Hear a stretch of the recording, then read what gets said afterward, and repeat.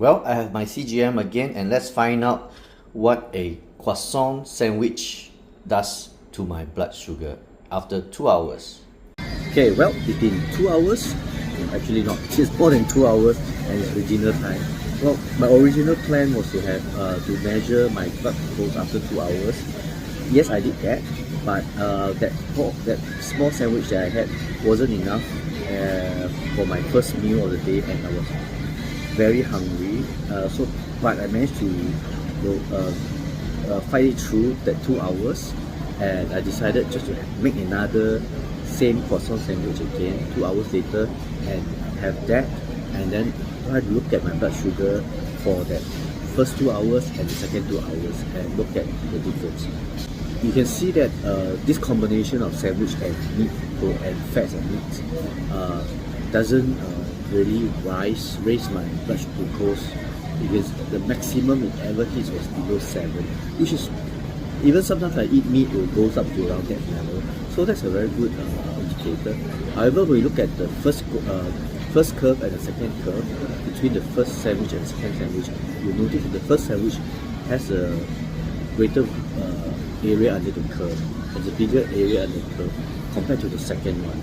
Now, the one reason I can think of is that it takes, because I tend to have low insulin mostly because I'm not eating carbs, it takes a while for the pancreas to catch up with my first meal, and by the time I have my second meal, the body is more ready to secrete insulin, and that's why it managed to bring down the blood glucose faster by the second meal. What this shows is that there is a difference between eating the individual items, that means you just eat a plain bread or croissant and then you eat the meat on the side, versus when you eat them in combination. Generally, if you have protein, fatty protein together and eat in combination with croissant, you can see probably this kind of blunted blood glucose rise, which doesn't spike as high as just eating the croissant by itself. Of course, it's very important that the croissant is made of butter, not margarine, from like those cheaper stores. You can see, I guess you know that they are made from margarine. If you put it in the fridge and it doesn't harden, yeah, it's made from margarine. Now, what I have in the filling are really leftover meat from my bone broth, and I added yogurt on top of it and added cheese, so there's a lot of fats and a lot of protein in it, which is why this combination works.